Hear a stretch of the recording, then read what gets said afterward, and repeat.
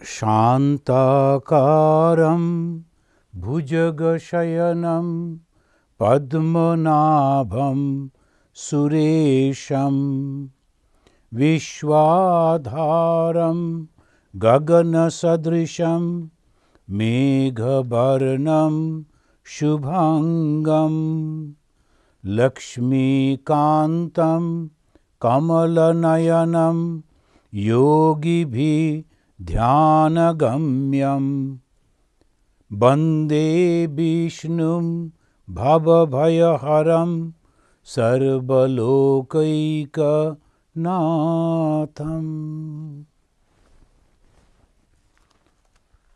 আমরা ভগবান বিষ্ণুকে স্মরণ করি করে এটা হচ্ছে সপ্তম সেভেন্থ টক 7 লেকচার আমরা বলতে পারি। এটা এই শ্রীকৃষ্ণের বিদায় বাণী, যেটা উদ্ধবের সঙ্গে তার কনভারসেশন, তার আলোচনা। তো উদ্ধব জানতে চাইছিলেন আধ্যাত্মিক জীবনে মানুষ কি করে অগ্রসর হতে পারে। ভগবান এ কথা বলে, যেগুলো আমরা আগে আলোচনা করেছি, তিনি তখন বললেন, দেখো প্রকৃতি থেকেও কিন্তু তুমি শিখতে পারো। তুমি যদি জানতে চাও যে ঈশ্বরের দিকে কিভাবে যাব, তাহলে তুমি প্রকৃতি থেকেও শিখতে পারো। যেমন অবধূত শিখেছিল বলে উনি ওই অবধূতের কাহিনী বলছেন। রাজা যদু, তার কাছে একজন ব্রাহ্মণ যুবক এলেন। যদু তাকে বললেন, আপনি ব্রাহ্মণ, শিক্ষিত, তো এইরকম উদাসীনের মতো ঘুরছেন কেন? আর সর্বদা আনন্দেই বা থাকেন কি নিয়ে? কিছুই তো নেই আপনার। ওই সেইটা তখন উনি বলছেন যে আমার গুরু আছেন 24 জন গুরু। এরা দীক্ষা গুরু নন, শিক্ষা গুরু। তো দুটো আছে, একটা হচ্ছে দীক্ষা গুরু আর একটা শিক্ষা গুরু। তো আমরা শিখি অনেকের কাছ থেকে, কিন্তু দীক্ষা গুরু তিনি যিনি আমাদেরকে মন্ত্র দান করেন। এই প্রসঙ্গে একটু বলে রাখছি। তো মন্ত্র যিনি দান করেন, এই মন্ত্র অনেকে বলে, আমি গেছিলাম ছোটোবেলায় কারুর কাছে, তখন উনি বললেন তুই এইটা বলবি, তো আমার ওটাতে মন্ত্র হয়ে গেছে। তো ঠিক সেরকম না। তো বাচ্চাদের অনেক সময় অল্প বয়সীদের তখন বলে দেওয়া হয় এটা বলবে, এটা মনে মনে চিন্তা করবে, প্রার্থনা করবে। অনেকে আমাদের কাছে যখন প্রশ্ন করেন তখন আমরা একটা প্রার্থনা শিখিয়ে দিই, কিন্তু ওটা ঠিক মন্ত্র নয়। মন্ত্রের একটা বৈশিষ্ট্য আছে, সেইটা গুরু পরম্পরায় ওটা আসে। আমাদের অন্তত রামকৃষ্ণ বাপধারায় গুরু পরম্পরায় আর সেই গুরু শিখিয়ে দেন। তো ভারতবর্ষে আমাদের যিনি সংঘাধ্যক্ষ প্রেসিডেন্ট মহারাজ, তিনি দীক্ষা দেন। সহ সংঘাধ্যক্ষ যারা আছেন তারাও দীক্ষা দেন। কিন্তু বিদেশে যেহেতু ওরা বেশি আসতে পারেন না, তখন ওরা আমাদেরকে অনুমতি দেন দীক্ষা দেবার জন্য, এবং ওরাই বলে দেন কী ধরনের মন্ত্র আমরা বলবো, শেখাবো ইত্যাদি। ওদের কাছ থেকে এসে ওদের রিপ্রেজেন্টেটিভ হয়ে আমাদের এখানেতে আমরা দীক্ষা দিই। তো সেই যে মন্ত্র দীক্ষা দেওয়া হয় সেটা একটা, কিন্তু শিক্ষাটা আর একটা। তো অবধূত শিখেছেন। তো আমরা আগেই আলোচনা করেছি, 8 জন গুরুর আলোচনা হয়ে গিয়েছে। তো আজকে 8 চ্যাপ্টারের ফার্স্ট শ্লোক।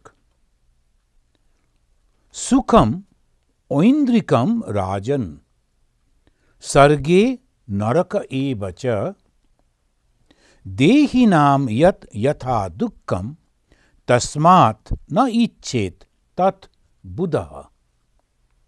বুধঃ মানে জ্ঞানী ব্যক্তি। জ্ঞানী ব্যক্তিরা তৎ ন ইচ্ছেত, সেটা চান না। বুধ তৎ ন ইচ্ছেত, বুদ্ধিমান ব্যক্তিরা, জ্ঞানী ব্যক্তিরা, তারা এটা চান না। কি চান না? সুখম দুঃখম, তো স্বর্গে যাওয়া বা নরকে যাওয়া, যে সুখ লাভ করা বা দুঃখ লাভ করা, এটা চান না। তো না চাইলে তো হবে না, সুখ দুঃখ তো এসেই যায়। তো সেটা কেমন করে আটকানো যায়? তখন বলছেন দেহি নাম ঐন্দ্রিকম। দেহি নাম মানে যাদের দেহ আছে, এই যে প্রাণীরা, তারা যে ইন্দ্রিয়গুলো দিয়ে ভোগ করেন, কটা ইন্দ্রিয়? 5টা ইন্দ্রিয়, তাকে বলা হয় জ্ঞানেন্দ্রিয়। আমাদের মোট 10টা ইন্দ্রিয়, 5টা কর্মেন্দ্রিয় যারা কাজ করে, আর 5টা জ্ঞানেন্দ্রিয় যারা জ্ঞান সংগ্রহ করে। এই যে 5টা জ্ঞানেন্দ্রিয়কেই সাধারণত জোর দেওয়া হয়। এটা হচ্ছে চক্ষু, কর্ণ, নাসিকা, জিহ্বা আর ত্বক, এই 5টা জ্ঞানেন্দ্রিয়। তা চোখ দিয়ে আমরা দেখি, দেখার পর সেইটা আমাদের মনের মধ্যে আসে, মনে আলোড়ন সৃষ্টি হয়। আবার কান দিয়ে শুনি, স্পর্শ করি, বা আমাদের শরীরে স্পর্শ বিভিন্ন রকমের ভাব আনে। তো চক্ষু, কর্ণ, নাসিকা ঘ্রাণের মাধ্যমে আসে, আর জিহ্বা এটা যেটা খাবারের মধ্যে। এখন একটা তালগোল পাকিয়ে গেছে, তখন আহার শব্দটা ওই জিভেতে এসেই পৌঁছেছে। অবশ্য জিভেরটা সব থেকে কঠিন, সেটা আমরা পরে দেখব। অবধূত বলছেন কঠিন, কিন্তু শুধু ওটাই আহার নয়। আহার শুদ্ধি সত্য শুদ্ধি, আহার শুদ্ধি হলে সত্য শুদ্ধি হয়, এইটা অনেকে জানেন। এইবারে আহারটা নিয়ে পড়লেন, কে খাচ্ছে, কি খাচ্ছে, কার রান্না করা খাচ্ছে, কোন হাত দিয়ে খাচ্ছে, এর উৎপাত সৃষ্টি। এখন সেইটাতে স্বামীজি বললেন, তোদের কি আর ধর্ম আছে রে বাবা? তোদের ধর্ম এখন ওই রান্নাঘরে গিয়ে ঢুকেছে। তো স্বামীজির এই কথাটার মানে হচ্ছে, এই সমস্ত লোক দেখবেন চতুর্দিকে ধর্মের অন্য নাম নেই, কিন্তু এই খাওয়া নিয়ে একটা বিরাট উৎপাত করছেন। এমনকি কেউ কেউ কারুর বাড়িতে গিয়ে সন্ন্যাসী ভিক্ষা করতে গেছেন, তাদের রান্না করা খাবার খাবো না, কিন্তু টাকা দাও, ডোনেশন। এখন তা আমাকে একজন বলছিলেন যে এটা তো খুবই অপমানকর, আমার রান্না করা খাবার খাবে না, আমাকে নিচু মনে করছে, কিন্তু আমার কষ্ট করে রোজগার করা টাকাটা নিতে পারেন, এবার কি কথা? তো এখন এই যে তো গোলমাল হয়ে গিয়েছে।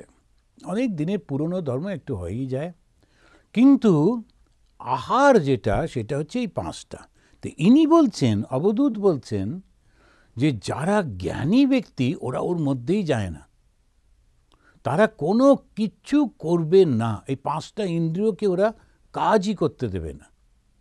যখন কাজ করতে দিল না, তখন কর্ম হলো না, আর যখন কর্ম হলো না, তার ফলও হলো না, আর যখন ফল হলো না, তখন সুখ দুঃখ হলো না বলে এইটা উনি বললেন। এটা একটা অসাধারণ শিক্ষা। কিন্তু কার মতো? তখন উদাহরণ দিতে গিয়ে বলছেন ওই অজগর সাপের মতো। আপনারা অনেকেই জানেন, একটা শব্দ, একটা কথা বলা হয় অজগর বৃত্তি। অজগর বৃত্তি মানে অজগরের মতো ভাব করা। কীরকম অজগর কি করে? তখন এটা 8 চ্যাপ্টার 2nd ভার্সে উনি বলছেন, গ্রাসম সুমৃষ্টম বিরসম মহান্তম স্তোকমেব বা যদৃচ্ছয়া এব আপতীতম গ্রসেদ আজগরো এব অক্রিয়ঃ। অক্রিয়ঃ, কোনো কাজ করবে না, কোনো একদম ইচ্ছাই করবে না, কীরকম? অজগরের মতো। সে অজগর মুখের কাছে যদি কিছু এলো তখনও খায়। তখন বলছে যদি আসে, তাই বলা হচ্ছে যদৃচ্ছয়া, যখন নিজের ইচ্ছাতে কেউ এসে আমার খাদ্য হলো তখনই শুধু খাবো, কেউ এসে দিল তখনই শুধু নেব। আপতিতম, আপতিতম মানে উপস্থিত হলো, খাদ্যটা আমার কাছে উপস্থিত হলো, নিজেই নিয়ে এলো। গ্রাসম, খাদ্য, গ্রসেত, তখন তিনি ভোজন করবেন। সাধু বাবা চুপ করে বসে আছেন, তো কেউ দেখে শুনে তাকে এসে বলল, বাবা তুমি এটা খাও। যখন দিল তখন খেলেন। তো কীরকম খাওয়া? সুমিষ্ট হতে পারে, আবার নাও হতে পারে। মহান্তম মানে হচ্ছে প্রচুর হতে পারে, অথবা স্তোকম মানে অল্প হতে পারে। মহান্তম শব্দের অর্থ এখানে প্রচুর, আর স্তোকম মানে হচ্ছে খুব অল্প হতে পারে। তো সেটা কোনো বিচার করবে না, সে সুস্বাদু হোক বা বিস্বাদ হোক বিচার করবে না, অল্প বেশি বিচার করবে না, যখন খাবারটা এলো তখনই শুধু খাবে, করে শরীর ধারণ করবে আর মন সদা সর্বদা ঈশ্বরে রাখবে। তো এই হলো একটা জ্ঞান, একটা শিক্ষা। এখন কথাটা হলো, এই শিক্ষা যদি সমস্ত মানব সমাজ নেয় তাহলে কি দাঁড়াবে? সব চুপ করে বসে আছে, কেউ কোথাও কিচ্ছু করছে না, আশা করছে কেউ না কেউ আমাকে খাবার দিয়ে যাবে। কে দিয়ে যাবে? কারণ যে দেবে সেও তো ভাববে আমি কেন দিতে যাব, হয়তো নুনটা কম দিয়েছি বলে যাকে দিলাম সে মনে মনে গালি দিল। এরা একটা তো ধারণা। কতগুলো জিনিস আমাদের মনে রাখতে হয়। ধর্ম মানে কি? ধর্ম মানে কতগুলো গুণ নিজের মধ্যে ডেভেলপ করা। আমাদের কতগুলো ধারণা, কেউ কেউ বলে ধর্ম আফিনের দলা। তো আফিন তো বটেই, ধর্ম মানুষকে নেশাগ্রস্ত করে দেয়। কোন ধর্মটা? যেটা ধর্মের ব্যাখ্যাটা সঠিকভাবে হয় না।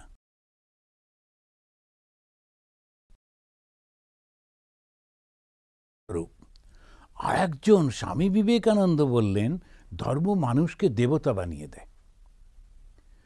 তা এই যে religion is a process that makes a brute unto man, man unto God. Religion একটা পদ্ধতি যেটা মানুষকে, যে ম্যান আনটু গড, যে মানুষটা ভীষণ স্বার্থপর মানুষ ছিল, তো তাকে দস্যু রত্নাকর ছিল, তাকে বাল্মীকি বানিয়ে দেয়। তো ওই প্রসেসটা হচ্ছে ধর্ম।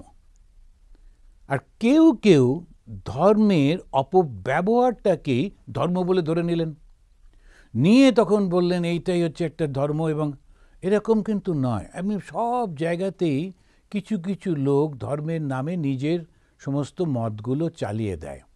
সেটাকে ধর্ম বলে নিলে হবে না। তাহলে কি করব?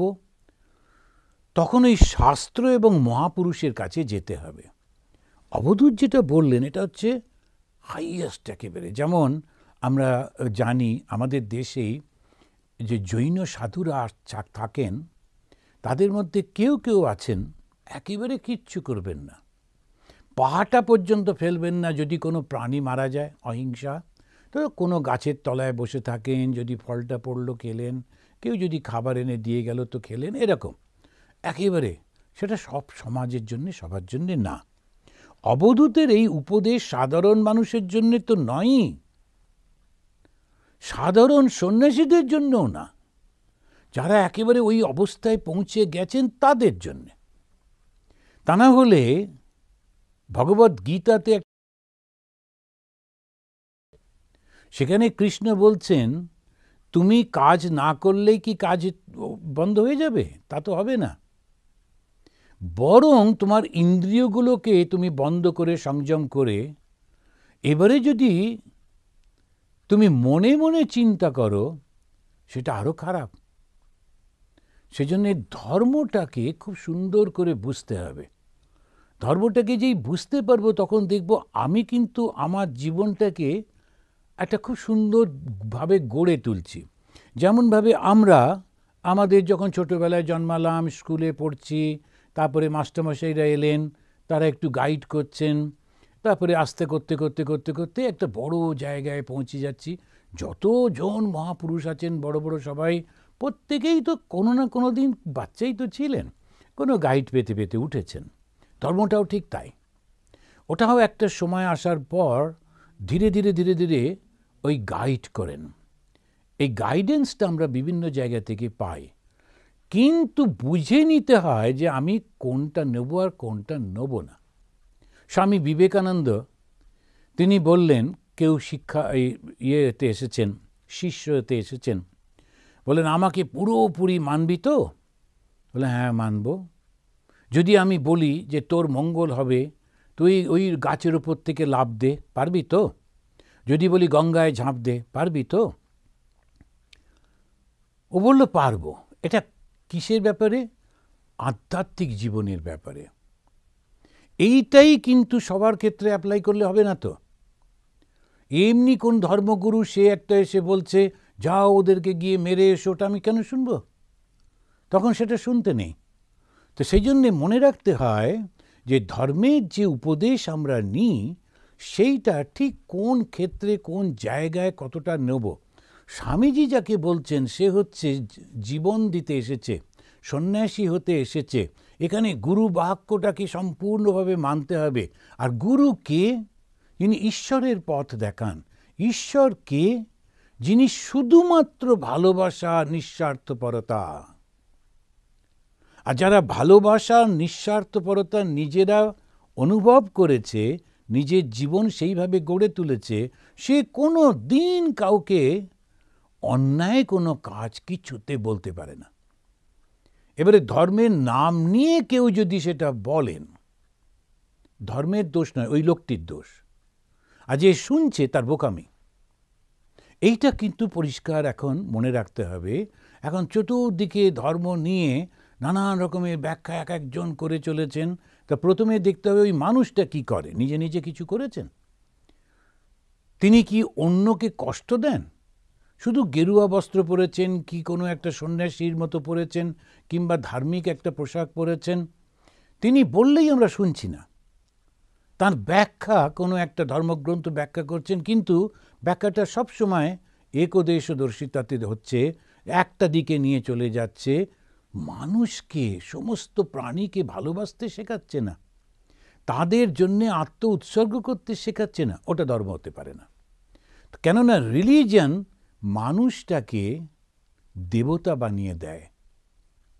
এটাই খুবই প্রয়োজন। কেননা যেই বলল, অবধূত বললেন কোনো কাজ করো না, ঠিক এই ভুলটা করেছিলাম বলেই কত কত হাজার বছর ভারতীয় সন্ন্যাসীরা কিচ্ছু করতেন না। স্বামী বিবেকানন্দ এসে এই ভাবটাকে একেবারে চেঞ্জ করলেন। কত বড় কন্ট্রিবিউশন বিবেকানন্দের, নইলে আমরা বুঝতে পারবো না।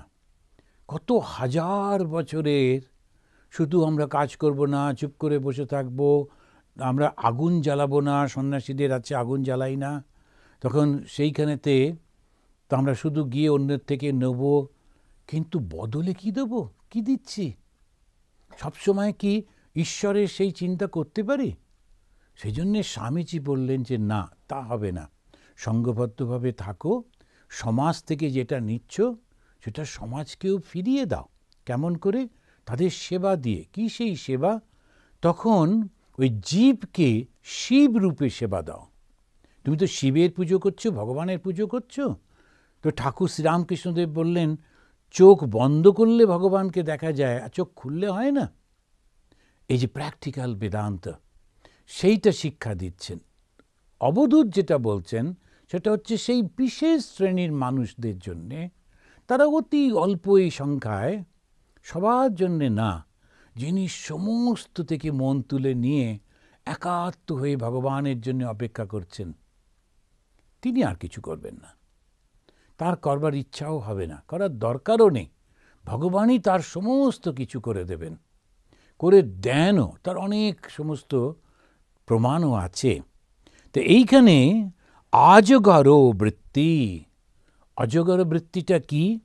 যে আমি কিচ্ছুটি করব না, নড়াচড়াটাও করব না, চুপ করে শুয়ে থাকব। অজগর সাপ দেখতে বিশাল বড়, দেখলে ভয়ঙ্কর, কিন্তু আমি দেখতাম নরোত্তমনগরে অনেক অজগর ছিল। আমাদের লোকগুলো গিয়ে ওটা দড়ির মতোটাকে তুলে নিয়ে এক জায়গা থেকে আরেক জায়গায় নিয়ে গিয়ে ছেড়ে দিয়ে আসতো। ওরা কিন্তু কিচ্ছু করে না। কিন্তু ওর মুখের কাছে যদি তুমি হাতটা নিয়ে গেছো, ওই হাতটা ফেরত পাওয়া যাবে না, ওর সঙ্গে সঙ্গে ওটা টেনে নেয়। অজগর বৃত্তি, এমনিও কিছু করছে না কিন্তু। তো ভীষণভাবে ওরা, উনি সুন্দর করে ওই অজগর সাপটাকে দেখেছি। তখনকার দিনে প্রচুর জঙ্গল, অবধূত ঘুরে ঘুরে বেড়াতেন, আর যেটা দেখতেন তার থেকে একটা করে শিক্ষা নিতেন। এবারে অবধূত আর একটা প্রসঙ্গে আসছেন, আত্মজ্ঞানী যারা, তাদের লক্ষণটা কি? টক করে সমুদ্রের উদাহরণ দিয়ে বুঝিয়ে দিচ্ছেন। অনেক সময় আমরা বুঝতে পারি না, ওই পোশাক টোশাক দেখে তো মনে করি, কিন্তু ওইটা দিয়ে একটা সমস্যা হয়। কিন্তু আত্মজ্ঞানী যারা, ঈশ্বর লাভ করেছেন যারা, যারা সত্যি সত্যি ধার্মিক ব্যক্তি, তাদের একটা লক্ষণ থাকে। কি সেই লক্ষণ? তখন উনি বলছেন, মুনিহি, মননশীল যিনি, তিনি কেমন হবেন? অর্ণব ইব, সমুদ্রের মতো। এটা অবধূত বলছেন। এই সন্ন্যাসীদের সম্পর্কে অনেক সুন্দর সুন্দর কথা আছে কেমন তারা হবে। তবে একটা হচ্ছে কি, মানুষটা ভালোবাসায় ভরপুর হবে আর সম্পূর্ণ নিঃস্বার্থপর হবে, বা আর কিছু দরকার নেই। তার কত মানে কোন ইউনিভার্সিটির কত তার সমস্ত ইয়ে রয়েছে, তার সার্টিফিকেট রয়েছে, ওটার কোনো দরকার নেই। বড় লোকের ছেলে না গরিব লোকের ছেলে, ওটারও কোনো দরকার নেই। তো দরকার যেটা, তিনি খালি পায়ে আছেন, খোঁচা খোঁচা দাড়ি, ওইসবের কোনো দরকার নেই। দরকার যেটা, সেটি হচ্ছে তার মধ্যে ভালোবাসা আছে কিনা, সবাইকে ভালোবাসেন কিনা। এই ভালোবাসায় ভরা যে হৃদয়টা, অর্ণব ইব, সমুদ্রের মতো ও তল পাওয়া যায় না। তো ওখানেতে আমি পুরো শ্লোকটা লিখিনি, শ্লোকটা বলছি না। তিনি হবেন অর্ণবের মতো, সমুদ্রের মতো, প্রসন্ন গম্ভীর, বাইরে খুব গম্ভীর প্রসন্ন হয়ে থাকবেন, আর বাইরে প্রসন্ন খুব আনন্দ, ভেতরে গম্ভীর হয়ে থাকবেন। গম্ভীরা মানে কি, তিনি সত্যটা জানেন, সেই জন্যে সব কিছু করছে। ছোট বাচ্চাকে দেখে খুব খুশি, কথা বলছেন, আনন্দ করছেন, কিন্তু স্নেহতে জড়িয়ে যাচ্ছেন না। আবার কাউকে দেখে কোনো কিছু না, সমস্ত কিছু করছেন বটে, কিন্তু কোনো কিছুর মধ্যেই তিনি জড়িয়ে যাচ্ছেন না। সেজন্য হচ্ছে প্রসন্ন, তিনি আনন্দের মধ্যে রয়েছেন, কিন্তু গম্ভীর, খুব ভেতরে ভেতরে গম্ভীর হয়ে রয়েছেন। এটাই তিনি বলছেন, এটা কীরকম হবে না, আত্মজ্ঞানী সেই রকম হবে। কেন? কেন সে তো, তার তো সত্যটা জানা হয়ে গেছে। তো অনেকেই বলেন ঈশ্বর দর্শন হয়েছে, ভগবান লাভ হয়েছে, তার মানে আপনাকে মিরাকেল দেখাতে পারেন কি না, এইসব অনেক রকমের ধারণা থাকে। কিন্তু সত্যি সত্যি যদি একজন মহাপুরুষকে আমরা জানতে চাই, তাহলে দেখতে হবে ওই মানুষটার সদা প্রসন্ন হয়ে থাকেন। কেননা আনন্দ স্বরূপকে তিনি জেনেছেন, তিনি নিরানন্দ হন না। তার কাছে গেলেই আনন্দের আস্বাদন পাওয়া যায়। তিনি সব সময় একেবারে, যার মনটা ভেঙে গেছে, সেও যদি তার কাছে যায়, তার কথা শুনে, তাকে দেখে, তাকে সেবা করে, তারও কিন্তু মনের মধ্যে উৎসাহ আসে, উদ্দীপনা আসে। তো স্বামীজি বলছেন না, বেদান্ত, বিবেকানন্দ বেদান্ত মানে আত্মবিশ্বাস। এটা কেমন করে আসবে? যার কাছে যাব তার যদি না থাকে। তো সেই জন্যই সমুদ্রের মতো হচ্ছেন। এবারে অবধূত তিনি অগ্নির কথা বলছেন। এই অগ্নি কি করে? এটা হচ্ছে রূপ। অগ্নিটা এত সুন্দর দেখতে লাগে, তাই পতঙ্গরা সব এসে এই অগ্নির মধ্যে ঝাঁপিয়ে ঝাঁপিয়ে পড়ে। তা মানুষও রূপেতে মুগ্ধ হয়ে যায়, গিয়ে কত কি যে করে ফেলে তার ঠিক নেই। যত নাটক, উপন্যাস, যত গল্প, ইতিহাসে যত বড় বড় যুদ্ধ, সব পেছনে হচ্ছে একটা মোহ। কি সেই মোহ? রূপের মোহ। এইটা আমরা কিছুতেই বুঝতে পারি না। এইখানেতে বলছেন ধার্মিক যে হবে, সে কিন্তু কখনো এইরকম রূপমুগ্ধ হবে না। রূপমুগ্ধ যখন হয়, গুণমুগ্ধ হতে হয়, রূপমুগ্ধ নয়। দেখতে খুব সুন্দর একেবারে একদম, কিন্তু কোনো গুণ নেই, যে ভয়ঙ্কর একেবারে নিষ্ঠুর প্রকৃতির কিংবা অহংকারী, তো লাভটা কি? মৃত্যুই হয়। এই রূপমুগ্ধ হলে মৃত্যু হয়। সেইটা অবধূত লক্ষ্য করলেন। আগেকার দিনে ওই আগুন জ্বালিয়ে রাখতো তো বনের মধ্যে, জঙ্গলেতে, তখন ওই দেখতেন যে পতঙ্গগুলো, তাদের কোনো কাজ নেই, কোনো দরকার নেই আগুনের কাছে যাওয়া, কিন্তু ওই যে রূপমুগ্ধ, যেই ওরা দেখলো আগুনটা, ওই উজ্জ্বলতা পতঙ্গকে পাগল করে দেয়। তারা সমস্ত গিয়ে পোকামাকড়গুলো আগুনের মধ্যে পড়তে থাকে আর পুড়ে পুড়ে মরে যায়। অবধূত ওটা দেখে ভাবলেন, আহারে, দেখো দেখি কীরকম, একটু রূপের জন্যে মানুষ কীরকম পাগল হয়ে যাচ্ছে, আর গিয়ে ঝাঁপিয়ে ঝাঁপিয়ে পড়ছে। শুধু একটুখানি এই সৌন্দর্যের জন্যে মানুষের ইতিহাসে, লম্বা ইতিহাসে যদি লক্ষ্য করে দেখেন, সেই কবে মহেঞ্জোদড়ো হরপ্পাতে, ওখানেও একটা আয়না নিয়ে চুল আঁচড়াতে একটা মূর্তি আছে, সেই মহেঞ্জোদড়ো হরপ্পা।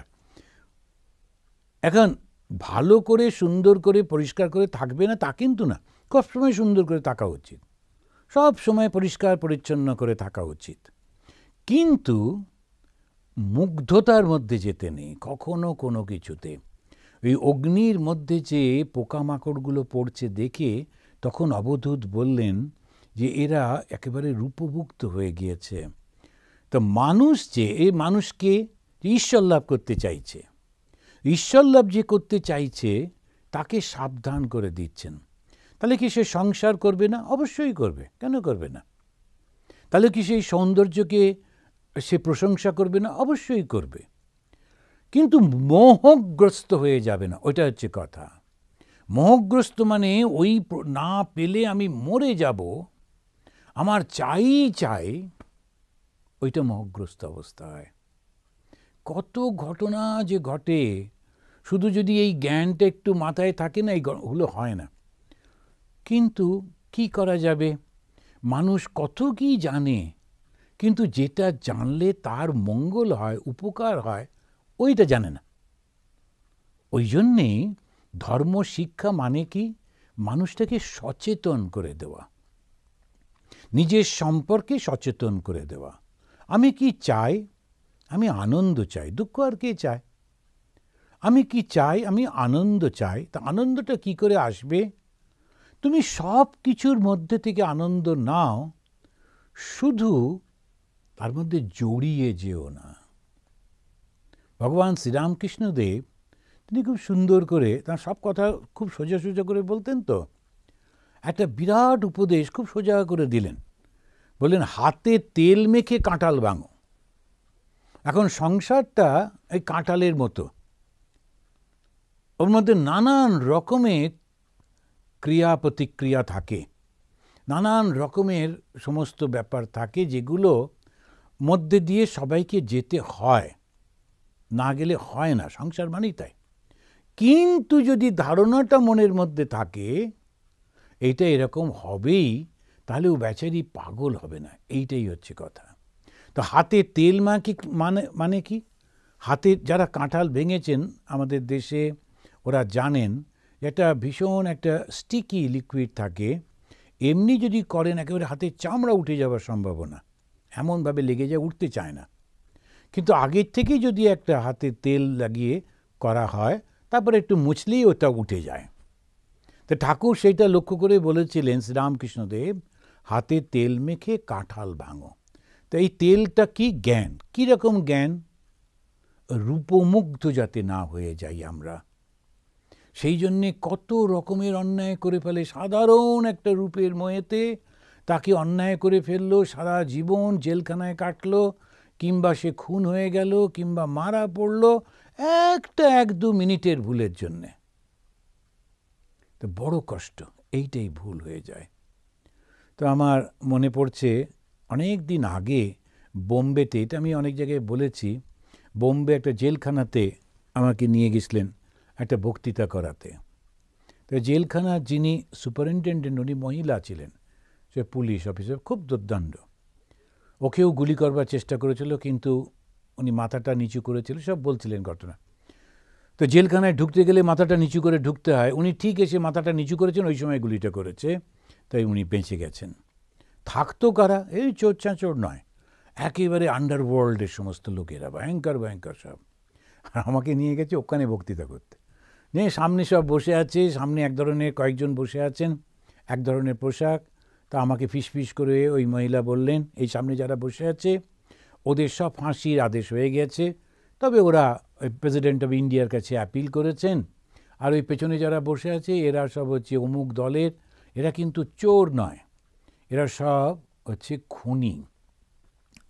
তো আমি ভাবলাম কি বলবো, তখন এই বিভিন্ন কথার মধ্যে তখন আমি বললাম এইটা, দেখুন আপনাদের অনেককে খুব সুন্দর সুন্দর দেখতে, খুব ফর্সা গায়ের রং, খুব সুন্দর ওয়েল বিল্ড সমস্ত চেহারা, ও যদি বাইরে আসে একেবারে সিনেমা আর্টিস্টের মতো, খুব সুন্দর একদম, অল্প বয়সী সব ছেলেরা, যুবকগুলো।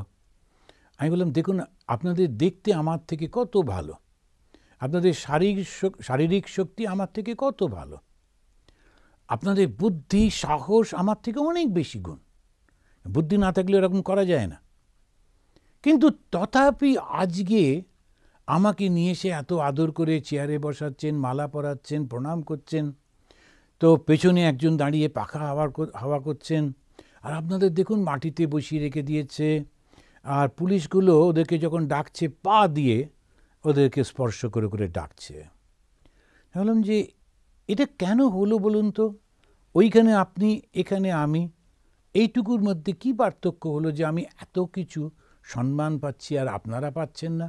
মানুষ তো আমরা সেম।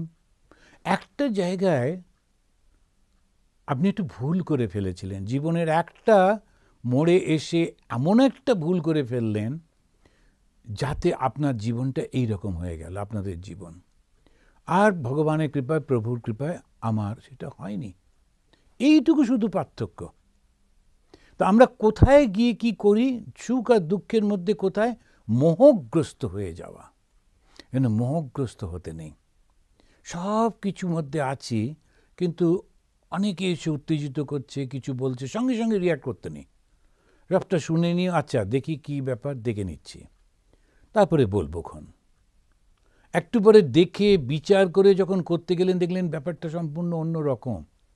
যে বলছিল সেও জানতো না পুরো ঘটনা, আর আপনাকে বলার সঙ্গে সঙ্গে আপনি ফ্লেয়ার আপ হয়ে গেলেন, রেগে গেলেন, ভুল হয়ে গেল। তারপরে কান্নাকাটি করে লাভ নেই, তারপরে আর বলে লাভ নেই যে আমার ভুল হয়ে গেছে। তো এই যে ধর্মটা আমরা শিক্ষা গ্রহণ করছি, এই ধর্ম থেকে নিজের জীবনটা গড়ে তুলতে হবে। কার জীবন? আমার নিজের। কি চাই আমি? সুখ চাই, আনন্দ চাই, শান্তি চাই, সমৃদ্ধি চাই। তো কেমন করে? তখনও বলছেন যে অগ্নির মধ্যে পতিত ওই যে পোকামাকড়গুলো, ওদের দেখে শেখো যে কোনো কিছুতে ওইভাবে আকৃষ্ট হয়ে যেও না, কোনো কিছু দেখলেই ওইভাবে লাফিয়ে ঝাঁপিয়ে যাবার দরকার নেই, নিজেকে সংযত করা। তাহলে আমরা কি শিখছি অবধূতের কাছ থেকে? সংযম। নিজের সংযমটাকে ধরে রাখতে হয়।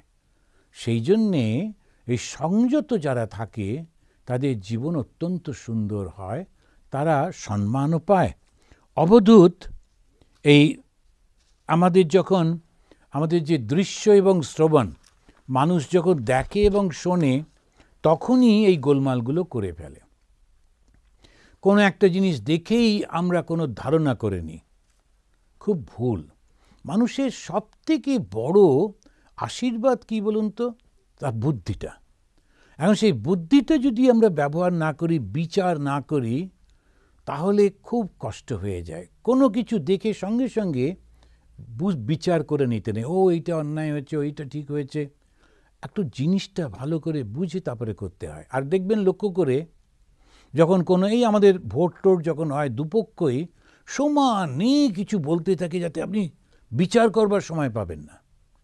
যারা জিনিসপত্র বিক্রি করে তারা সমানে অ্যাডভার্টাইজমেন্ট দিতে থাকে, আপনি বিচার করার সময় পাবেন না। তো আমাদের ছোটোবেলায় লাইফ বয় বলেছিল, সে একটা লাইফ বয়, এত বড় একটা সাবান, তো সেটা দিয়ে ছোঁড়াছুঁড়ি করলে মোটামুটি মাথাটা তো ভাঙানো যেত, আবার গায়ে সাবানো, তো সে এত বড় একটা লাইফ বয়। আমরা লাইফ বয় ছাড়া কিছু দেখতে পেতাম না। কেন? এত অ্যাডভার্টাইজমেন্ট বেরিয়ে মা কাকিমারা যখন কিনতে যাচ্ছেন, ওই লাইফ বয়ই কিনছেন, ও ছাড়া আর কিছু খুঁজে পাওয়া যাচ্ছে না।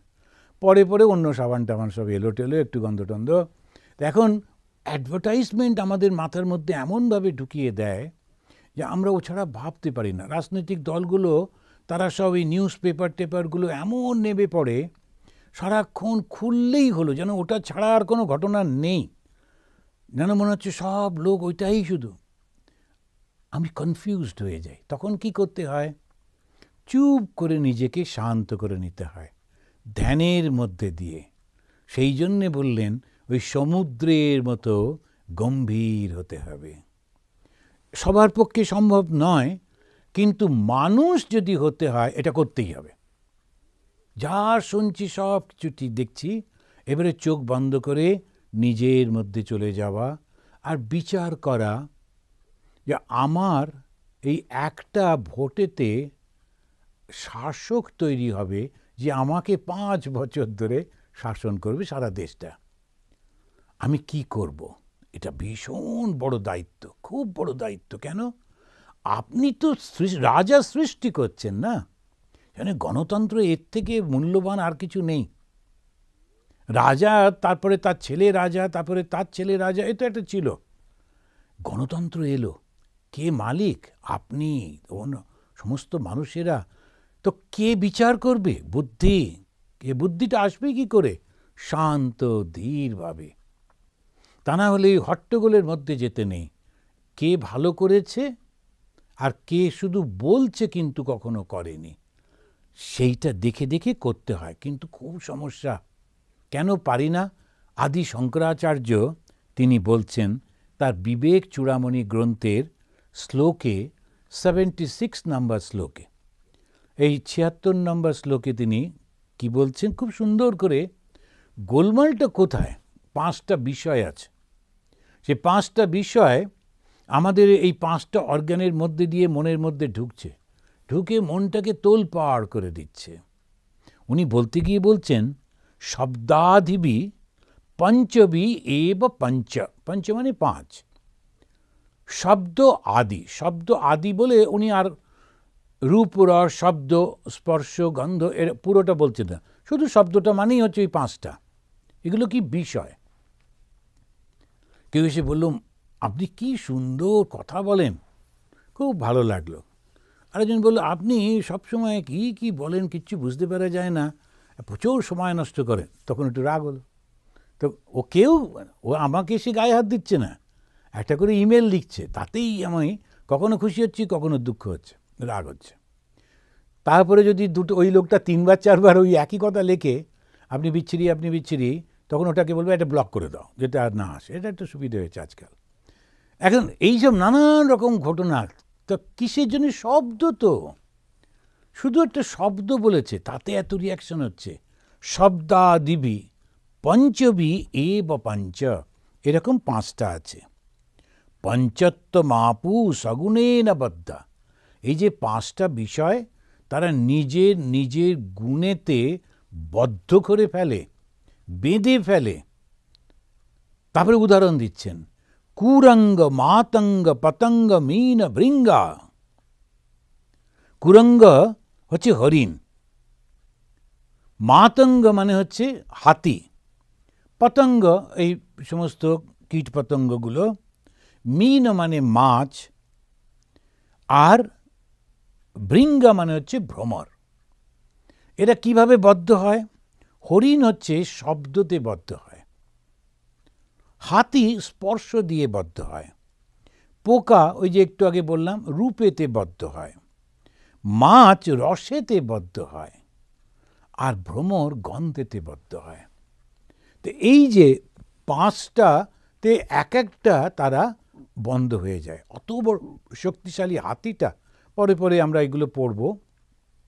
অবধূত তিনি শিখছেন হাতির কাছ থেকে, তারা বদ্ধ হয় একটুখানি ওই স্পর্শ সুখে।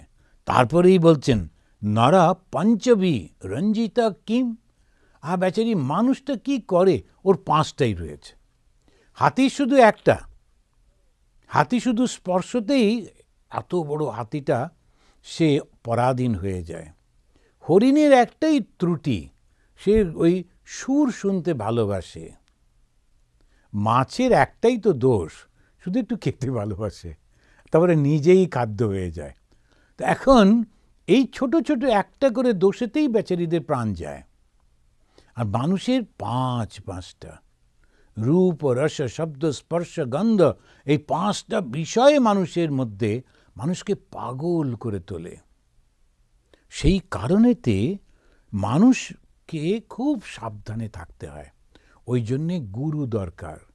আর গুরুর কথা শুনে বিশ্বাস করে, কিন্তু এই গুরুর আবার যদি একটু ভুল হয়ে যায় দুর্ভাগ্যক্রমে, যে আর এক বিপদ। সেই জন্যে সব সময় মনে রাখতে হবে, যিনি নিঃস্বার্থপর আর যিনি ভালোবাসায় ভরা। অনেক সময় কমপ্লেন করে ভক্তরা, কেউ কেউ বলেন রামকৃষ্ণ মিশনের দীক্ষা নিলে গুরুকে পাওয়া যায় না। আমি বললাম, কে বলল?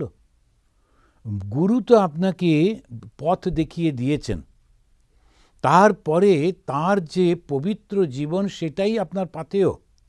আর তার উপদেশ আপনার পাথেয়, তার সঙ্গে চতুর্দিকে যে সমস্ত সন্ন্যাসীরা রয়েছেন রামকৃষ্ণ মিশনের, তাদের কাছে গেলেই জিনিসগুলো ব্যাখ্যা করে দেন, ভালো করে সমস্ত বুঝিয়ে দেন। একবার বললেই হলো আমি রামকৃষ্ণ মিশনের অমুকের শিষ্য, কত যত্ন আপ্তি করেন, একেবারে বিরাট পরিবারের মতো।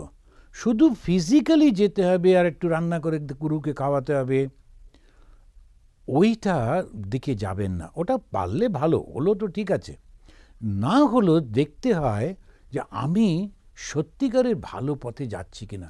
সৎ গুরু পাওয়া ভীষণ কঠিন, ভীষণ কঠিন। তো এইটা আমরা দেখছি। তো অগ্নির উজ্জ্বলতায় মুগ্ধ হয়ে যেমন পতঙ্গ, আর মানুষও তেমনি রূপের ফাঁদে জড়িয়ে পড়ে।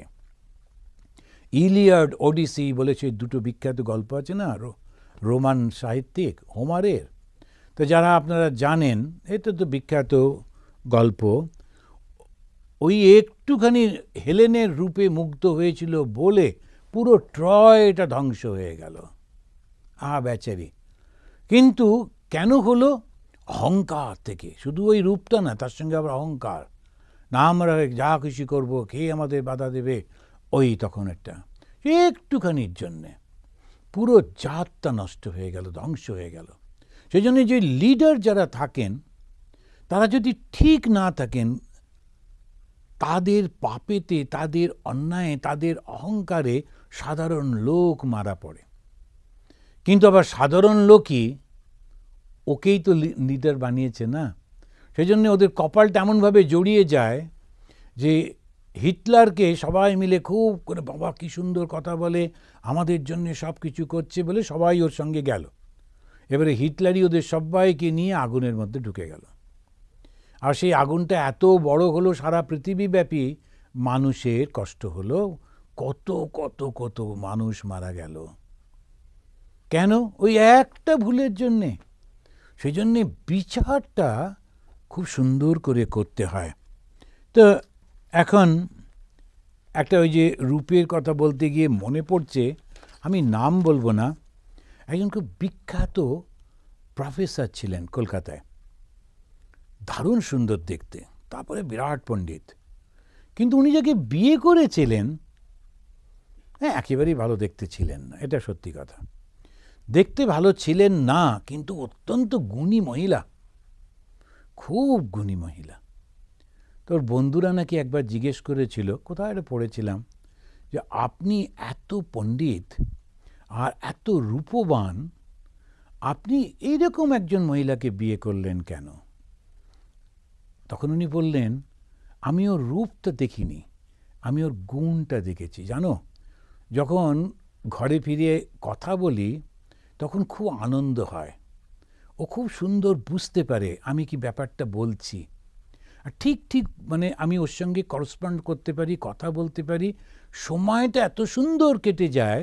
শুধু বাইরের রূপটা যদি তুমি না দেখো, ওই রকম অসাধারণ তীক্ষ্ণ বিচার বোধ সম্পন্ন মহিলা আর এত উদার এবং ভালোবাসায় ভরা মনটা আমি পেতাম না। আমার খুব ভালো স্ত্রী, রূপটা দেখছেন না। আমরা কি করি, ও ঠিক ভুল করে ফেলি একটু কিছু দিনের জন্যে, কিন্তু গুণটা দেখতে হয়। সেই জন্যে ওই গুণের ওপরই ওই ভালোবাসাটা নির্ভর করে, শুধু রূপের ওপর না। রূপ তো কিছুদিন পরেই চলে যায়। তো খুব ভালোবাসি যদি শুধু রূপের আকর্ষণে হয়, তা দুদিন পরেই চলে যায়। কিন্তু যদি গুণের আকর্ষণে হয়, তবে দীর্ঘদিন এরা সেই দম্পতি থাকে এবং খুব সুন্দর জীবনযাপন করে, ওদের সন্তান সন্ততিও খুব ভালো হয়। এবং এইটাকেই বলছে আর্য সমাজ। আর্য মানে যারা এই সত্যি সত্যি সংস্কৃতি সম্পন্ন। তো এইটাই আমরা দেখছি। এবারে আমরা অবধূতের আর একটা উপদেশে যাব। তিনি ওই ভ্রমরের কাছ থেকে শিখছেন। এটা কি শিক্ষাটা? ওই সাধুদের জন্যই বলছেন। স্তোকম স্তোকম গ্রসেদ গ্রাসাম দেহো বর্তেত যাবতা গৃহান অহিংসান তিষ্ঠেত বৃত্তিম মাধুকরীম মুনি। মুনি যিনি, মননশীল যিনি, সন্ন্যাসী যিনি, তিনি কি করবেন? গৃহস্থকে একেবারে কষ্ট দেবেন না। গৃহান অহিংসন, অহিংসন এই শব্দের অর্থ কষ্ট না দেওয়া। কষ্ট না দিয়ে তিনি এটি করবেন। গৃহেতে গিয়ে, কারুর বাড়িতে গিয়ে একজন সন্ন্যাসী গেলে লোকেরা একটু ভয় পায়, তখন কি অভিশাপ দিয়ে দেবে, কি দাঁড়াবে, বাবা বাচ্চা টাচ্চা নিয়ে ঘর করি, আচ্ছা জাগিয়ে। এইবারে সাধু বাবা গিয়ে ওই উইকনেসটাকে কাজে লাগিয়ে এই করো সেই করো, এই দাও সেই দাও বলতে থাকেন, খুব উৎপাত হয়ে যায়। কিংবা একটা বড় লোকের বাড়িতে গিয়ে, তারা খুব ভালোবাসে, শুধু তাদের বাড়িতেই যান, সেখানেই থাকেন, সেখানেই শুধু খান, তাদের থেকেই শুধু নেন, তাহলে ওদের কেনা হয়ে যায়। তা সাধু করবে না। সাধু একদম কার মতো? ওই ভ্রম মতো থাকবে। স্তোকম স্তোকম গ্রাসেদ গ্রাসম। তিনি ওই পদ্মফুলের মধু খেতে গিয়ে ওই ভ্রমর যদি আটকে যায়, মধু খেতে খেতে আস্তে আস্তে একটুখানি ড্রাউজি হয়, আর খুব ভালো লাগছে, যেই সন্ধে হলো পদ্মফুল বন্ধ হয়ে যায়, ওই ভ্রমরটা আর বেরোতে পারে না, বেচারি মারা পড়ে। আর সন্ন্যাসীও ওই রকমভাবে ধীরে ধীরে খুব ভালো বড় লোক গৃহস্থ, তার বাড়ি যাচ্ছে, গাড়ি চড়ছে, এই করছে, করতে করতে করতে করতে তার মধ্যে ভোগের বাসনা এসে যায়। আর যেই ভোগের বাসনা এলো, এই এতদিনের সাধনা সব নষ্ট হলো, সন্ন্যাস জীবন নষ্ট হলো, আবার ব্যাক টু স্কোয়ার ওয়ান, সেই প্রথম থেকে আবার শুরু করতে হয়। সেই জন্যে স্তোকম স্তোকম অল্প অল্প করে নিতে হয়। গ্রসেদ গ্রাসাম, যতদিন দেহ আছে, খাদ্য লাগবে, তো অল্প অল্প করে নিতে হয় প্রত্যেকের কাছ থেকে। একে বলে মাধুকরী। তো ঠাকুর বলতেন মাধুকরীর অন্ন খুব শুদ্ধ অন্ন। কেন? যার থেকে নিচ্ছি তার সঙ্গে আমার কোনো সম্পর্ক নেই, আর যে দিচ্ছে সেও আমাকে দিচ্ছে শুধু ভালোবাসার জন্যে, ভক্তিতে দিচ্ছে, কোনো সম্পর্ক নেই। দুমুঠো ভাত দিল, কি একটা ছোট আলু সেদ্ধ দিল, তাতে নিয়ে ওর কোনো, এই একটা আলু সেদ্ধ দিলাম, এবার আমার হাঁটুর ব্যথাটা যেন সেরে যায়, এসবও বলবে না। একটা আলু দিয়ে হাঁটুর ব্যথা ওই হবে না। তো সেই জন্যে আমি মজা করছি। এখন এইগুলোতে এরকম করে না। ফলে ওই যে মাধুকরী অন্ন, ঠাকুর তার শিষ্যদের পাঠাতেন এই অন্ন আনতে, ভিক্ষে করে করে আনতো ওরা। তাতে দুটো জিনিস হয়, যখন ভিক্ষে করতে যাচ্ছি তখন নিজের অহংকারটা চলে যায়, ওই নিজের অহংকার থেকে মুক্ত হয় সেই সন্ন্যাসী খুব, তখন সেইটা একটা ভালো দিক হয়। গিয়ে রাস্তায় দাঁড়াচ্ছি হাতে করে, আবার সেইটা নিয়ে এসে একদম পূজনীয় গুরু মহারাজকে ওটা দিতে হয়, ঠাকুরকে দিতে হয়। ওই অন্ন যেটা ভিক্ষে করে সাধুরা নিয়ে আসেন, সেটা প্রথমে ঠাকুরকে ভোগ দেওয়া হয়, দেখানো হয়, তারপরেতে আমাদের যত সিনিয়র মহারাজরা আছেন, পরপূজনীয় প্রেসিডেন্ট মহারাজকে, অন্যদের সবাইকে দেওয়া হয়, তারপরে অন্য সাধুরাও ভোগ। তো এটা খুবই শুদ্ধ অন্ন বলা হয়। মাধুকরী কেন? আমি কাউকে কষ্ট দিচ্ছি না, আর কোনো বন্ধনে পড়ছি না। দেখুন কিভাবে, এটা সন্ন্যাসীদের জন্য। গৃহী হাত পাতবে না, গৃহী একেবারে হাত পাতবে না।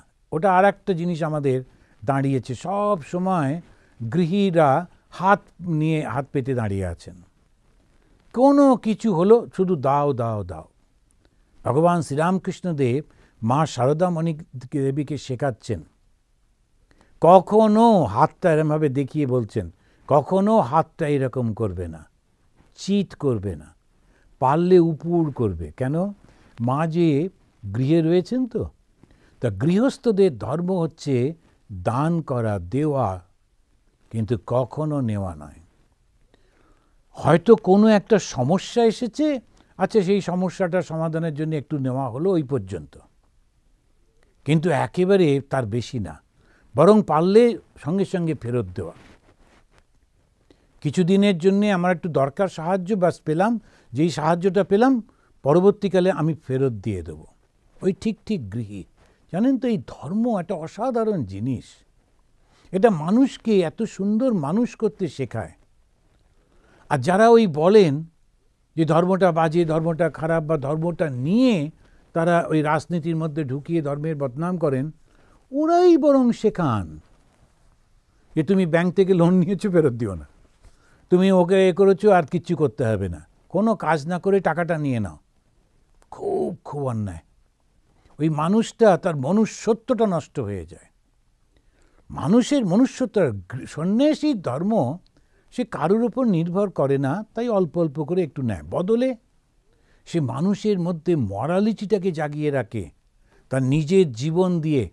নিজের জীবনে এমনভাবে সে জীবনযাপন করে, তাকে দেখলে মানুষের মনে পড়ে যায় এই রকম একটা জীবন হতে পারে, সবাইকে ভালোবাসা যেতে পারে, সেবা করা যেতে পারে। ওই সন্ন্যাসী হচ্ছে সেই আদর্শ। কিন্তু সে বাঁচবে কি করে? সবার থেকে অল্প অল্প করে নিয়ে। কিন্তু গৃহস্থ হচ্ছে আসল গোড়া সমাজের, সে কখনো হাত পাতবে না। এই যে শিক্ষাটা ভ্রমরের কাছ থেকে, সেটা হচ্ছে সন্ন্যাসীদের জন্যে। কিন্তু গৃহস্থরা, তারা টাকা রোজগার করবেন এবং তারা নিজের জীবন সুন্দর করে চালাবেন এবং সমস্ত সমাজটাকে দেখবেন। এবারে আমরা দেখছি এই মৌমাছির কাছ থেকে উনি একটা শিখছেন। মৌমাছি কত কষ্ট করে ফুলে ফুলে গিয়ে মধু নিয়ে এসে একটা বিরাট মৌচাক করে, কিন্তু বেচারি ওই জমিয়ে রাখে বটে, কিন্তু অন্য কেউ এসে চাক ভেঙে নিয়ে চলে যায়। তো সেই জন্যে ওই মৌমাছির থেকে শেখা, ওই জমানোর কোনো দরকার নেই। ওই সন্ন্যাসীরা টাকা পয়সা জমান না। ওই জমানোর যাদের অভ্যেস আছে, তারা গেরুয়া পরা হলেও জানবেন ওই সংসারী মানসিকতা নিজের জন্যে। এখন একটা সংগঠন চালাতে গেলে রাখতে হয়, করতে হয়, কিন্তু নিজের জন্যে করতে নেই। অনেকে যেটা দেন, যদি রাখাও হয়, সেটা অন্যকে দান করতে হয়, তার সেবা ভালোর জন্যে করতে হয়। সেইটা হচ্ছে মৌমাছি। হাতির কাছ থেকে কি শিখলাম? একটু স্পর্শ সুখের জন্যে বেচারি হাতিটা ধরা পড়ে। তো সেই জন্যে যারা হাতি ধরা, বেশিরভাগ লোকই দেখেনি, ভীষণ কঠিন। কিন্তু ওরা কি করে, আমি শুনেছি ওই আসামেতে একটা বড় খাঁচা তৈরি করে, ভীষণ বড় শক্ত শক্ত কাঠ দিয়ে খাঁচা তৈরি করে, গাছের গুঁড়িগুলো দিয়ে। তারপরে একটা পোষা হস্তিনীকে পাঠিয়ে দেয়, সে গিয়ে স্পর্শ সুখে ওই বিরাট বড় জঙ্গলি হাতিটাকে নিয়ে আসে, এনে এইবারে ওইটার মধ্যে যেই ঢুকলো, হস্তিনীটা ঢুকেই বেরিয়ে যায়, ও জানে। কিন্তু এই হাতিটা যেই ঢুকলো, দুপাশ থেকে ওই দরজাটা বন্ধ করে দেয়। তারপরে কতদিন খেতে দেয় না, খুব কষ্ট করে ওকে দুর্বল করে দেয়। 4টে পায়ে শিকল বেঁধে ধীরে ধীরে তাকে নিয়ে আসে, আস্তে আস্তে আস্তে আস্তে করে বশ করে, একটু শুধু ভুলের জন্যে স্পর্শ সুখে। তারা বলছেন যে কখনো যেন তা না করে। মধু সংগ্রহকারীকে দেখে অবধূত শিখছেন যে দেখো, যারা কাউকে কিছু দেয় না, নিজেরাও ভোগ করে না, তাদের ওই টাকাটা, ওই সম্পদটা শুধু শুধু নষ্ট হয়। তো বলতে গিয়ে বলছেন 15 নম্বর শ্লোকে, ন দেয়ম ন উপভোগ্যম, দেয়ও না, উপভোগও করে না। চ লুব্ধই ইয়ৎ দুঃখ সঞ্চিতম ভুঙ্ক্তে তদ অপি চ অন্যাঃ মধুহা ইব অর্থবিদ মধুহু। উনি বলছেন এই যে মধু সংগ্রহ যারা করে, তারা কি করে, ওই মৌমাছির চাকটা ভেঙে তার থেকে মধু নিয়ে চলে যায়।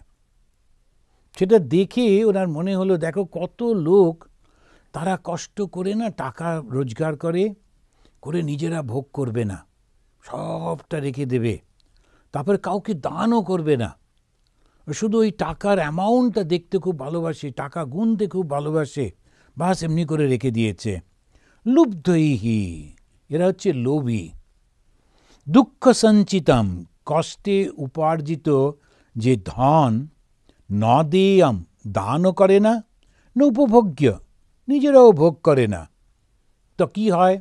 মধু হা মধু ইব অন্য ভুঙ্ক্তে, মধু সংগ্রহকারী যেমন মধুটা নিয়ে চলে যায়, তেমনি এদেরও টাকা পয়সা অন্য লোকে ভোগ করে। তো একটা লোক খুব বুদ্ধিমান, সে বাজার থেকে যখন ফ্রেশ ভালো আলু কিনে আনতো, সেটা ও আলুর তাকের পেছন দিকে রেখে, যেগুলো আলুগুলো একটু পচে গেছে ওগুলো সামনের দিকে নিয়ে আসতো, নিয়ে এসে পচা আলুগুলো খেত। আবার যখন সে কিনতে গেল তখন ওই আগেরগুলো পচেই গেছে, সারা জীবন পচা আলুই খেলো। তো বেচারি যদি প্রথমে একবার পচা আলু ফেলে দিত তাহলে হয়তো একটু ভালো আলু খেতে পারত।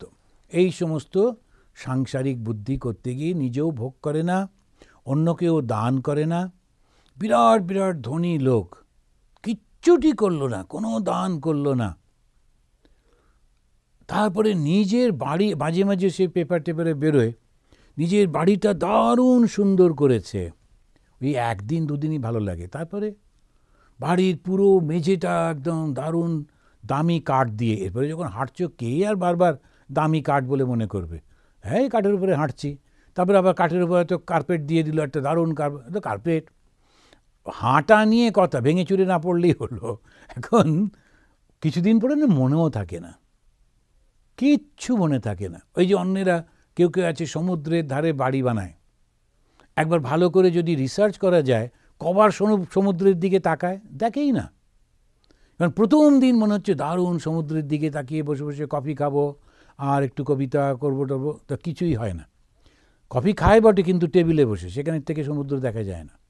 আবার যদি দেখলেও বা কী আর দেখবে, কতক্ষণ আর দেখবে। বেশিরভাগ যে লোকেরা এত দামি দামি সমস্ত করে ভোগ করতে পারে না। কিন্তু উল্টো দিকে যদি ওদের ওই এক্সেস টাকা, যেটা শুধু শুধু মনে করছে ভোগ করছি, সেটা দিয়ে যদি সমাজের উপকার করে দিত, যদি ও স্কুল বাড়িগুলো করে দিত, যদি জলের ব্যবস্থা করে দিত, বস্তিগুলোকে যদি পাকা বাড়ি আলো সুন্দর করে দিত, স্কুলের সমস্ত পড়াশোনার ব্যবস্থা করে দিত, মানুষ কিন্তু ওকে বলতো না। তখন সারা জীবন ওর ছবিটা প্রত্যেকের ঘরে ঘরে থাকতো, ওকে দিতে হতো না, নিজেরাই রাখতো। ওর পুরো বংশ শুদ্ধ ওর লোকেরা স্মরণ করতো যে এনাদের বংশ আমাদের এত উপকার করেছে। তো স্বামীজি বলছেন, unselfishness is more paying, but we don't have the patience to practise it. আমরা প্র্যাকটিস করার ওই ধৈর্যটা থাকি না বলে। সেই জন্যে যখন টাকা পয়সা এসেছে, একজন ভদ্রমহিলা আমাকে ফোন করছেন, করে বলছেন যে মহারাজ, আমরা যখন মারা যাব তখন ওই টাকাটা আপনাকে একটু সবাইকে ভাগ করে দিতে হবে, আপনাকে ট্রাস্টি করব। তাই বললাম বেশ, অমুক আশ্রমকেই দিচ্ছেন, অমুক আশ্রমকে এত টাকা, অমুককে এত টাকা ইত্যাদি। তাই আমি দেখলাম আমাদের আশ্রমের নাম নেই। যাচ্ছে আমরা, না আপনারা তো আমেরিকায় আছে, আপনাদের কী দরকার? আচ্ছা বেশ, তো ঠিক আছে, আমেরিকা তো খরচা আছে, কিন্তু ওনার ধারণা ভারতবর্ষকেই দিতে হয়। আচ্ছা বেশ, ঠিক আছে। তারপরে বললাম কবে দেবেন? না, আমি মারা গেলাম, মারা যাবার পর আমার স্বামী যদি বেঁচে থাকেন বা যে বেঁচে থাকেন, তিনি যখন মারা যাবেন, আমি বললাম তো সে তো মোটামুটি ধরুন আরও 50 বছর, তখন আমি কি থাকবো? তো যা দরকার নেই, ওটা আপনি এক কাজ করুন, যতদিন বেঁচে আছেন তার মধ্যে যদি দিয়ে দেন তো ভালো কথা, আমিও আপনার সঙ্গে আছি। নইলে 50 বছর পরে কি হবে সেটা আমি আর এখন বলতে পারছি না। এখন মানুষ দিতে চান, কিন্তু কোনটা? ওই বাংলায় একটা কথা আছে, উড়ো খই গোবিন্দায় নমঃ। একটা লোক খই খাচ্ছিল, হঠাৎ করে একটা ধাক্কা হাওয়া এসেছে, কিছু খই উড়ে চলে গেছে। কিন্তু লোকটা দেখলো যে খইটা নষ্ট হবে, বলে আচ্ছা গোবিন্দকে দিলাম, গোবিন্দ খাও। কিন্তু ওটা দিতে চায়নি, এমনি উড়ে গেছে। এখন সেই রকম আর মৃত্যু পর্যন্ত দিতে চায় না। আচ্ছা, সেইটাতেই উনি বলছেন তাতে লাভ কিছু হয় না, অন্য লোকেরা ভোগ করবে। ভুলেই গেছে, চুরি করে, কষ্ট করে, পাপ করে, লোক ঠকিয়ে, তারপরে বিদেশে টাকা রেখে ভুলেই গেছে অ্যাকাউন্টটা। কে নিল? ওই বিদেশি ব্যাংকটা নিয়ে নিল। তোমার কি হলো? পাপটা হলো। পরের জন্মে আবার কোথা থেকে জন্ম শুরু হবে নিজেই বোঝো। এই যে শিক্ষাগুলো আমরা পাচ্ছি, সেইটা কি? এবারে শেষ করি হরিণকে আর মাছের কথা বলে। হরিণ বেচারি একটু মিষ্টি শব্দ শুনতে ভালোবাসে। তো সেই হরিণের নাকি শোনা যায় যে ওরা ফাঁদ পেতে রাখে আর ওই সুন্দর করে বাঁশি বাজায়। বাঁশির আওয়াজ শুনে হরিণটা চলে আসে, তখন ওকে ধরে ফেলে। আর মাছ সে খাবার খেতে খুব ভালোবাসে। এইবারে আমরা সবাই জানি এটা খুব স্বাভাবিক, হরিণ ধরা, হাতি ধরা স্বাভাবিক দেখা যায় না, কিন্তু মাছ ধরা একটা বেট দিয়ে দেয়, ওই বেটটা দেখলেই ওরা ঝাঁপিয়ে এসে খায়। তো সেই ক্ষেত্রে ওই আমাদের অবধূত বলছেন যে দেখো, তাবৎ জিতেন্দ্রিয় ন স্যাৎ বিজিতান ইন্দ্রিয় পুমান ন জয়েত রসনাম यावत জিতম সর্বম জিতে রসে। ততদিন পর্যন্ত কাউকে জিতেন্দ্রিয়, ইন্দ্রিয় জয় করেছে বলা যাবে না। তিনি অন্য 4টে ইন্দ্রিয় জয় করলেও সব থেকে কঠিন হচ্ছে রসনা। যদি রসনাকে জয় করতে পারেন তখনই তাকে বলা যেতে পারে জিতেন্দ্রিয়। চক্ষু, কর্ণ, নাসিকা, জিহ্বা আর ত্বক, তার মধ্যে ওই জিহ্বা, ওই মা কালীর জিভটা দেখেছেন, ওই জিভটাকে দাঁত দিয়ে কামড়ে রেখেছে। অনেকে ব্যাখ্যা করে ওই রসনা একেবারে সংযত, একটা শব্দ, খারাপ শব্দ মুখ দিয়ে বেরোবে না, একটা কোনো খাবার জন্যে সে লোলুপ হবে না কখনো। এই হচ্ছে রসনা সংযম। প্রত্যেকটা ধর্মতেই দেখবেন উপবাসের কথা বলছে, প্রতিটি ধর্মে উপবাস উপবাস অনেক থাকে। উপবাস মানে কি? ওই জিহ্বা সংযম, ওই জিহ্বাকে সংযত করতে হয়। বলা হয় যখন চৈতন্য মহাপ্রভুর এমন সংযম ছিল, তার জিভের উপরে যদি চিনিও দেওয়া হতো, উনি যদি না চাইতেন চিনিটা শুকনোই থেকে যেত, হাওয়া দিলে উড়ে যেত। জিভ তো এমনিতেই সালাইভা সমস্ত থাকছে, লালা থাকছে, কিন্তু না, চৈতন্য মহাপ্রভুর এইরকম একটা উদাহরণ হিসেবে বলা হয়। তো এই জিহ্বা সংযম, খাদ্য সংযম, তাহলে আমরা যেটা শিখলাম এদের কাছ থেকে, এই যে অবধূতের উপগুরু তারা কি করছেন, ওকে সাহায্য করেছেন। উনি কি শিখেছেন? যাতে করে আমি ইন্দ্রিয়গুলোকে সংযত করতে পারি। তা আজকে আমরা বিশেষ করে সেইটাই দেখলাম। তারপরে বাইরে খুব আনন্দময়, ভেতরে গম্ভীর হয়ে থাকতে পারি, আর কখনো যেন মোহমুগ্ধ না হয়। তো এই শিক্ষাগুলো আমরা পেলাম। এর পরবর্তী দিনে আবার আগামী মাসে এই অবধূতের অন্য গুরুদের কাছ থেকে শিক্ষাগুলোকে আমরা শেষ করব। একটা জিনিস বলে শেষ করি, সেটা হচ্ছে ধর্ম মানে একটা উত্তরণ। ধর্ম মানে শুধু প্র্যাকটিস না, কিন্তু ধর্ম মানে একটা উত্তরণ। সেই উত্তরণটা কি? ভালো মানুষ হওয়া। স্বামী রঙ্গনাথনজি বেশ বলতেন, উনি বলতেন রোজ নিজেকে জিজ্ঞেস করবে, অ্যাম I a better man today? আমি একটা মানুষ ছিলাম, তো এই ধর্ম পালন করলাম সারাদিন ধরে, রাত্রে ঘুমোতে যাওয়ার আগে আয়নার সামনে নিজেই নিজেকে জিজ্ঞেস করতে হয়, am I a better man today? কী করে বুঝবো বেটার ম্যান? তা আমি আর ভালো মানুষ কি করে বুঝবো? আমি অন্যের কষ্টটা অনুভব করছি, আমি কি ঠিকভাবে অন্যের জন্য প্রার্থনা করছি বা সাহায্য করবার চেষ্টা করছি, আমি কোনো কিছু নিজের নাম যশের জন্য করছি না তো? এই চিন্তাটা করলেই ও ধর্মের পথে তখন অগ্রসর হয়। তো আজকে এটা শেষ করি 3 বার শান্তি বলে। ওম শান্তি শান্তি শান্তি। হরি ওম তৎসৎ।